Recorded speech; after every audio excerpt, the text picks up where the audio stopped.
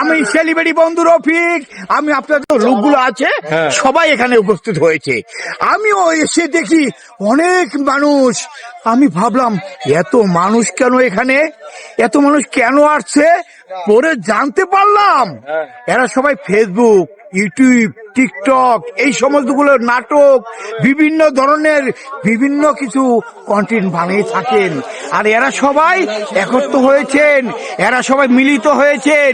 এদের ভিতরে কোনো হিংসা কিনা কোনো কিচ্ছু নেই, শুধু আছে কি জানেন? ভালোবাসা, ভালোবাসা, ভালোবাসা। যেই ভালোবাসার জন্য লাইলি, মজনু, শিরি, ফরহাদ যারা আজকে পৃথিবী থেকে চলে গেছে তাদেরকে অনুসরণ করে সবাই ভালোবাসা দিচ্ছে। আর এই ভালোবাসা পেতে হলে আপনাদের সবাইকে কি করতে হবে? আমাদের জামালপুরের যে সমস্ত বন্ধুরা, শেরপুরের যে সমস্ত বন্ধুরা, অন্য অন্য জায়গার যে সমস্ত বন্ধুরা ইউটিউব, ফেসবুক, টিকটকে আছেন, যাদেরকে আপনারা চিনেন জানেন, হয়তো বা না চিনেন, আমি সেলিব্রিটি বন্ধু রফিক। আমি আপনাদের বলছি সবাই সবার ফেসবুকে ঢুকুন, সবার ইউটিউবে ঢুকুন, সবার টিকটকে ঢুকুন।